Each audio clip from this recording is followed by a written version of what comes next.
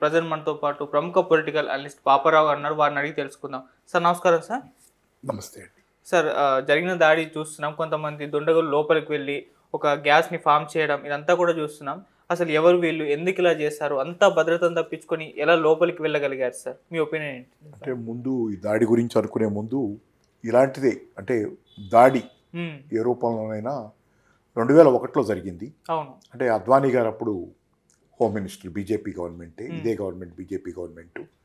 అప్పుడు కూడా దాడి జరిగింది. ఆ దాడి పాకిస్తానీయులు చేశారనేది అప్పుడు ఆబ్వియస్, అది వాళ్ళకి శిక్ష పడింది. అయితే తర్వాత ఏంటంటే మీకు శిక్ష పట్టడం అంటే ఆ కాల్పుల్లోనే చాలామంది తీవ్రవాదులు చనిపోయారు. ఆ తర్వాత పరిణామాలు జరిగినాయి. అయితే 2001లో ఆ దాడి సందర్భంలో జరిగింది ఏంటంటే వాళ్ళు జీప్లో లాంటి వెహికల్లో వచ్చారు. ఫస్ట్ ఉన్నటువంటి బ్యారికేడ్ని గుద్దేసుకొని లోపలికి వచ్చారు. అక్కడే కాల్పులు జరిగినాయి. అంటే పార్లమెంటు భవంతి లోపలికి ఎంటర్ అవ్వాలి, ఆ ప్రెమిసెస్లోకి వచ్చారు తప్పితే బయట ఉన్నటువంటి దానిలో గేటు దాటుకొని పార్లమెంటు ప్రాపర్లోకి ఎంటర్ అవ్వాలా. కాబట్టి అప్పుడు జరిగిన కాల్పుల్లో వాళ్ళు చనిపోయారు. ఫస్ట్ ఒక లెవెల్ ఆఫ్ సెక్యూరిటీ ఏదైతే పార్లమెంటు మెయిన్ గేట్ ఉందో దాన్ని దాటుకొని రాగలిగారు. ఇవాళ జరిగినటువంటి ఈ దాడి తాలూకు తేడా ఏంటంటే ఈ దాడి మన దేశస్తులే, దాడి కూడా అనటానికి లేదేమో, వాళ్ళైతే మరి ప్రొటెస్ట్ అని చెప్తున్నారు ఏదైనా మాటలు. సరే ఏదైతే ఉంది, ఈరోజు పార్లమెంట్లోకి వచ్చినటువంటి ఆగంతకులనండి ఎవరైనానండి, వాళ్ళు ఆడియన్స్ కూర్చునే చోట కూర్చొని అక్కడ నుంచి ఇది అయితే అక్కడికి రావడానికి సుమారుగా 6 లెవెల్స్ ఆఫ్ సెక్యూరిటీ ఉందని చెప్తున్నారు. 6 లెవెల్స్ ఆఫ్ సెక్యూరిటీని దాటుకొని రాగలిగారంటే ఎంత ల్యాక్స్గా, ఎంత బలహీనంగా, ఎంత వీక్గా సెక్యూరిటీ సిస్టమ్ ఉందనేది మీరు చూడొచ్చు. కాబట్టి ఏంటంటే ఇది చాలా డీప్గా ప్రోబ్ చేయాల్సిన అవసరం. పైగా ఏంటంటే ఈ ప్రభుత్వం ప్రధానంగా గర్వంగా భావించేది ఏంటంటే దేశ రక్షణ విషయంలో మమ్మల్ని మించిన వాళ్ళు లేరని చెప్పినప్పుడు అంతర్గతంగానే దేశంలో సిమరింగ్ అంటే ఒక రకంగా బాయిల్ అవుతున్న ఈ అసంతృప్తి, లేకపోతే ఎందుకంటే నేను అంటుంది ఈ మాట, ఈ లోపలికి వచ్చిన వాళ్ళల్లో కానీ 2 ఉన్నారనుకుంటా లోపల, బయట ఉన్న వాళ్ళు కానీ ఓవరాల్ 4-5 మొత్తంగా ఒక 3 అయితే నిరుద్యోగ సమస్యతో బాధపడుతున్నటువంటి వాళ్ళు. ప్రధానంగా వాళ్ళ నిరుద్యోగం వాళ్ళ జీవితాలను ఇబ్బంది పెడుతుంది. నాకు తెలిసి అయితే ఒకళ్ళ వయసు 42 ఏళ్ళు, ఇంకొకళ్ళు కూడా దరిదాపుగా అదే వయసు ఉన్నవాళ్ళు, పెద్ద వయసు వచ్చింది దరిదాపు. కాంపిటేటివ్ ఎగ్జామ్స్ రాస్తున్న నీలం మధ్య ఆమె 42 ఏళ్ల వయసు అని తెలిసింది. ఆమెకి ఇంతవరకు ఉద్యోగం లేదు. MA, MEd, MPhil plus net కూడా క్లియర్ చేసింది అనేది నేషనల్ ఎలిజిబిలిటీ టెస్ట్. ఆమె ఇంకా కాంపిటేటివ్ ఎగ్జామ్స్కి ప్రిపేర్ అవుతున్నారంట. అలాగే రెండో వాళ్ళు మనోరంజన్ అని, ఆయన గతంలో ఐటీ ఉద్యోగం ఏదో చేశారని చెప్తున్నారు బెంగళూరులోనే ఎక్కడో. ఆయన కూడా ఇప్పుడు ఉద్యోగం లేక వ్యవసాయంలో, తండ్రితో పాటు వ్యవసాయంలో ఉన్నారనేది. వీళ్ళు 2. తర్వాత ఏంటంటే మీకు ఆ మనోరంజన్ అనే వ్యక్తి బాగా వివేకానందుడి పుస్తకాలు కూడా చదువుతాడు. అంటే వీళ్ళ ప్రొఫైల్ ఎలా ఉందనేది చెప్తున్నాను, ఎట్లా ఈ దాడికి వెనక చూసే ముందు. అట్లాగే ఇంకో వ్యక్తి ఏదైనా కానీ మొత్తం మీద ఉన్న 4-5 నిరుద్యోగులు. నిరుద్యోగం ప్రధాన కారణంగా ఇతివృత్తంగా ఇక్కడ కనపడే పరిస్థితి ఉంది. మీకు ఈ దాడి జరిగిందంటే దాని వెనక సమస్యగా నిరుద్యోగం ఉందనేది. మరి ఇంతగా అంటే నిరుద్యోగం ఉంటే ఏంటంటే గతంలో కూడా నిరుద్యోగం ఉంది దేశంలో. గతంలో కూడా నిరుద్యోగం ఉంది, ఇన్ఫార్మల్ ఎంప్లాయ్మెంట్ ఉంది. అంటే ఏదో ఒకటి బండి మీద అది అమ్ముకునో ఇది అమ్ముకునో బతికేవాళ్ళు జనాలు. అది ఇన్ఫార్మల్ ఎంప్లాయ్మెంట్ చాలా ఉంది. స్మాల్ అండ్ మీడియం ఎంటర్ప్రైజెస్ చాలా ఉన్నాయి. అంటే చిన్న వాళ్ళు ఎంతో కొద్దిపాటి పెట్టుబడితో బ్యాంకులు తీసుకుని లోన్ కానీ సొంతగా పెట్టుబడి ఉంటే కానీ పెట్టుకునేవాళ్ళు. ఓవరాల్ ఇట్లాంటి వాతావరణం చోట ఏదో ఒక రూపంలో సర్దుకుని పోయి ఒక పక్కన బతికేవాళ్ళు. ఈరోజు అలా కాకుండా ఇక్కడ దాకా ఎందుకు వచ్చారనేది మనం గర్వించేది ఏంటంటే ఈ దేశంలో యువజనులు చాలామంది ఉన్నారని. దేశ జనాభాలో 60% పైన యూతే ఉన్నారు. 60% కానీ ఏదైనా కానీ 65% కానీ. ఇట్లాంటి యూత్ ఉన్న దేశం గతం నుంచి కూడా నాలాంటి వాళ్ళని చెప్పినా చాలామంది కూడా ప్రస్తావిస్తుంది ఏంటంటే యూత్ ఈ దేశానికి ఎంత పెద్ద అసెట్టో అంత పెద్ద డేంజర్ కూడా అవుతారనేది. వాళ్ళకి ప్రాపర్గా ఎంప్లాయ్మెంటు, ప్రాపర్గా అవకాశాలు కల్పించగలిగితే వాళ్ళు ఈ దేశానికి ఉపయోగపడతారు. ఇట్లాంటివి జరగవు. వాళ్ళని ప్రాపర్గా మీరు ఎంగేజ్ చేయలేకపోతే, వాళ్ళకు ఉపాధి, ఒక జీవిత మార్గం చూపించలేకపోతే, జీవిక చూపించలేకపోతే వాళ్ళు ఖచ్చితంగా ఈ రకంగానే రియాక్ట్ అయ్యే అవకాశాలు ఏదో పాయింట్లో ఉంటుందనేది మీకు వీళ్ళ నలుగురిని చూస్తే ఒకటి కనపడుతుంది. ఇది ప్రొటెస్ట్గా వాళ్ళు చేశారు కాబట్టి. అంటే వాళ్ళు వదిలిన గ్యాస్ కూడా పార్లమెంట్లో అది పాయిజనస్ గ్యాస్ కాదు, ప్రమాదకరమైంది కాదు, జస్ట్ ఒక పొగ లాంటిది వదిలి ఊరుకున్నారు, పొగ బాంబు లాంటిది జస్ట్ పొగ వదిలేరు అనేది. దానిలో పెద్దగా ప్రమాదకరమైనది ఏమీ లేదనేది మొదటి వార్తలు. అయితే ఇక్కడ నేను చెప్పేది ఒకటే, మీకు ఇక్కడే కాదు, ఈ ముగ్గురు ఈ నలుగురే కాదు నిరుద్యోగంతో ఈరోజు ఇబ్బంది పడుతుంది.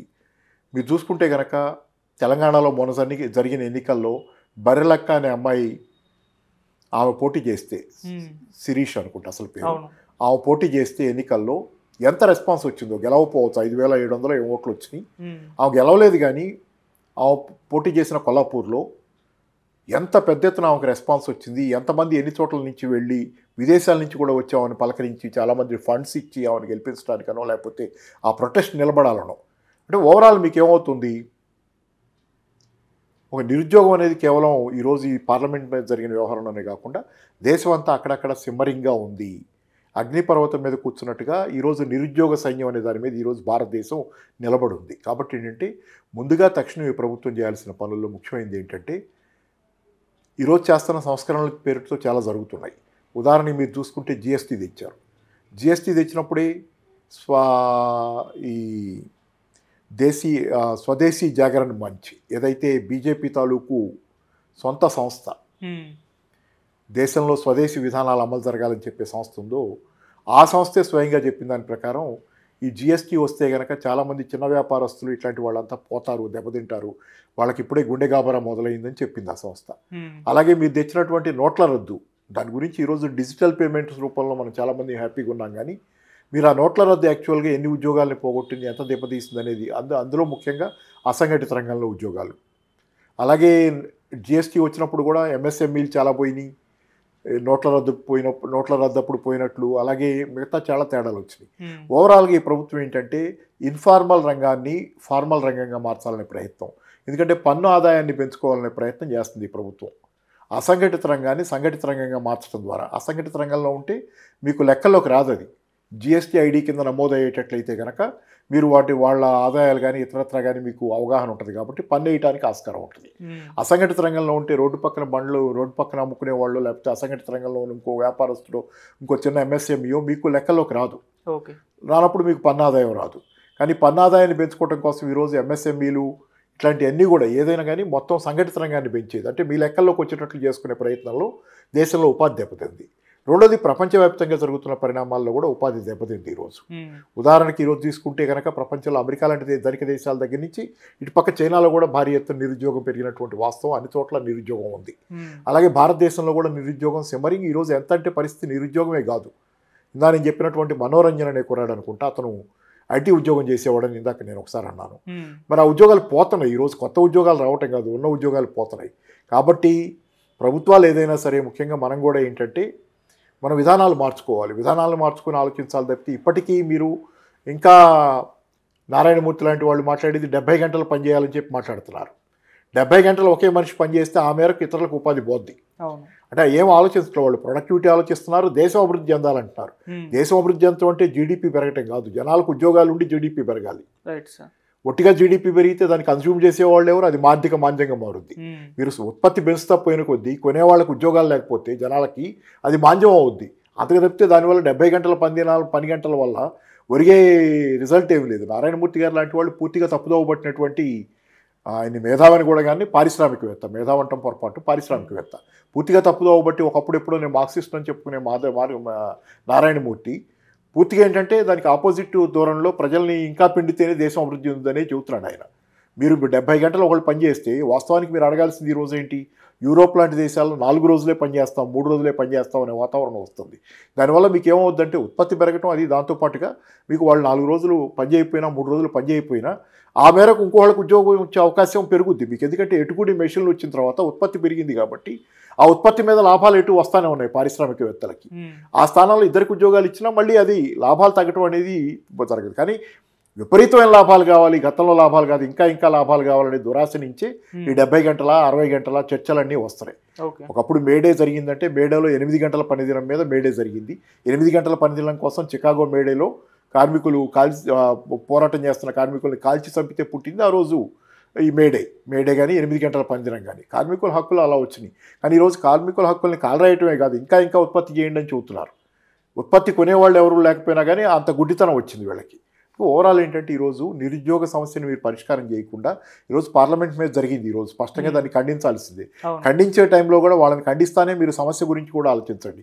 భారతీయులందరికీ ముఖ్యంగా మనం ఎక్కడైనా అప్పీల్ చేయగలిగింది ఏంటంటే, తెలుగు అర్థమయ్యే వాళ్ళకైనా, ఎందుకంటే తెలుగు అప్పీల్ చేయగలిగింది ఏంటంటే, ఈ జరుగుతున్న పరిణామాలు ఒక పెద్ద అగ్నిపర్వతం మీద మనం ఉన్నాం. నిరుద్యోగం ఈ దేశం తాలూకు మేజర్ ఇష్యూ. నేను గత 20 సంవత్సరాల నుంచి సుమారుగా నేను దీని మీదే మాట్లాడతాను. ఎక్స్క్లూజివ్గా నా వరకు నేను ఒక వ్యాసం కూడా గతంలో ఆంధ్రప్రభలో రాసిన వ్యాసం కూడా ఈ నిరుద్యోగం మీద 2003లో నిరుద్యోగం మేజర్ ఇష్యూ ముందు కాలంలో అనేది. తర్వాత కొంతమంది మన రాష్ట్రంలో కూడా తీసుకున్నారు ఇష్యూని, కోదండరామ్ లాంటి వాళ్ళు వీళ్ళు తీసుకున్నారు. కానీ దానికి సొల్యూషన్ కూడా ఒకటి ఇంపార్టెంట్. మీరేంటంటే ప్రాబ్లమ్ని, అది బర్రెలక్క కావచ్చు, లేకపోతే శిరీష కావచ్చు, కోదండరామ్ గారు కావచ్చు, కానీ ప్రొటెస్ట్ చేస్తున్నారు. ఇంకా ఉద్యోగాలు ఇవ్వండి, ప్రభుత్వ ఉద్యోగాలు ఇవ్వండి, లేకపోతే ఇంకోళ్ళు ప్రొటెస్ట్ చేస్తున్నారు. కానీ ప్రభుత్వ ఉద్యోగాలు ఇస్తే మంచిదే ఉన్నంతవరకు. కానీ ఈ ప్రైవేటీకరణ క్రమంలో ఉన్న ప్రైవేటు ఉద్యోగాలు ప్రభుత్వ ఉద్యోగాలు తగ్గిపోయింది, ప్రైవేటీకరణ క్రమంలో తగ్గినాయి. కాబట్టి ప్రభుత్వ రంగ సంస్థలే తగ్గిపోతున్న క్రమంలో ఇంకా ఈ కేంద్ర ప్రభుత్వం ఇంకా ప్రైవేటీకరిస్తుంది. కాబట్టి ఏంటంటే మీరు ఈరోజు ప్రభుత్వ రంగాన్ని పెంచేది ఒకటి, దాంతోపాటుగా ఏంటంటే అసలు వ్యవస్థాగతంగా ఏ కారణాల దృష్ట్యా ఉద్యోగాలు తగ్గిపోతున్నాయి. మీరు ఏ ప్రభుత్వాన్ని నిందించినా ఉపయోగం లేదు. టీఆర్ఎస్ ప్రభుత్వాన్ని నిందించినా, ఇప్పుడు కాంగ్రెస్ ప్రభుత్వం వాగ్దానాలు చేసింది కాబట్టి మనం అడగటానికి ఆస్కారం ఉంటుంది. కాబట్టి వాళ్ళు కూడా ఒక లిమిట్ దాటి ఉద్యోగాలు ఇవ్వలేరనేది ముందే కనపడుతుంది, ఆబ్వియస్గా కనపడే నిజం. ఎందుకంటే 30 లక్షల మంది నిరుద్యోగులు ఉన్నారని ప్రతిపక్షాలు నిన్నటిదాకా గగ్గోలు పెట్టినాయి. ఇంత గగ్గోలు పెట్టిన తర్వాత మీరు ఒక 2 లక్షల ఉద్యోగాలు ఇప్పుడు ఇస్తామంటున్నారు. మిగతా 28 లక్షల మంది పరిస్థితి ఏంటి? ఆ తర్వాత మిగతా 4 ఏళ్లలో మీరు ఎన్ని ఇస్తారు? ఎన్నిచ్చినా మీరు నిరుద్యోగాన్ని మాత్రం పరిష్కారం. ఏంటంటే వాగ్దానాలు చేయడానికి, ఒకళ్ళ మీద ఒకళ్ళు పోటీపడి పాలకపక్షాన్ని కూలదోయటానికి, గెలవటానికి ఎన్నికల్లో ఉపయోగపడుతున్నాయి తప్పితే ఈ వాగ్దానాలు యాక్చువల్గా ప్రాక్టీస్లో మీరు పరిస్థితిని మార్చడానికి ఎవరికీ లేదు అక్కడ.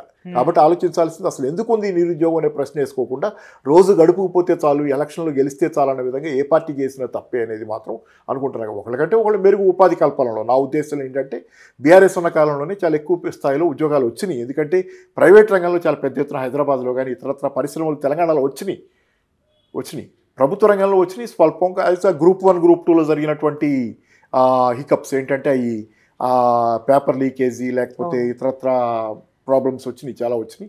కోర్టు ఎటు చెప్పింది దాని మీద. ఏదేమైనా ఏంటంటే అది మేజర్ బ్లండర్, తప్పు కూడా టీఆర్ఎస్ ప్రభుత్వం చేసింది. వాళ్ళు ఆ రోజు ఆ బోర్డును రద్దు చేసే ప్రయత్నం వాళ్ళు చేసి ఉండాల్సింది. వాళ్ళని రాజీనామా చేయించడం, చేయకుండా ఇక్కడ దాకా తెచ్చుకోవడం వాళ్ళ తప్పు. ఏదేమైనా బీఆర్ఎస్ ఉండగా తెలంగాణలో పరిశ్రమలు బాగా వచ్చినాయి అనేది ఆ కారణంతోనే హైదరాబాద్ నగరం దాన్ని గుర్తించే బీఆర్ఎస్కే ఓటేసింది.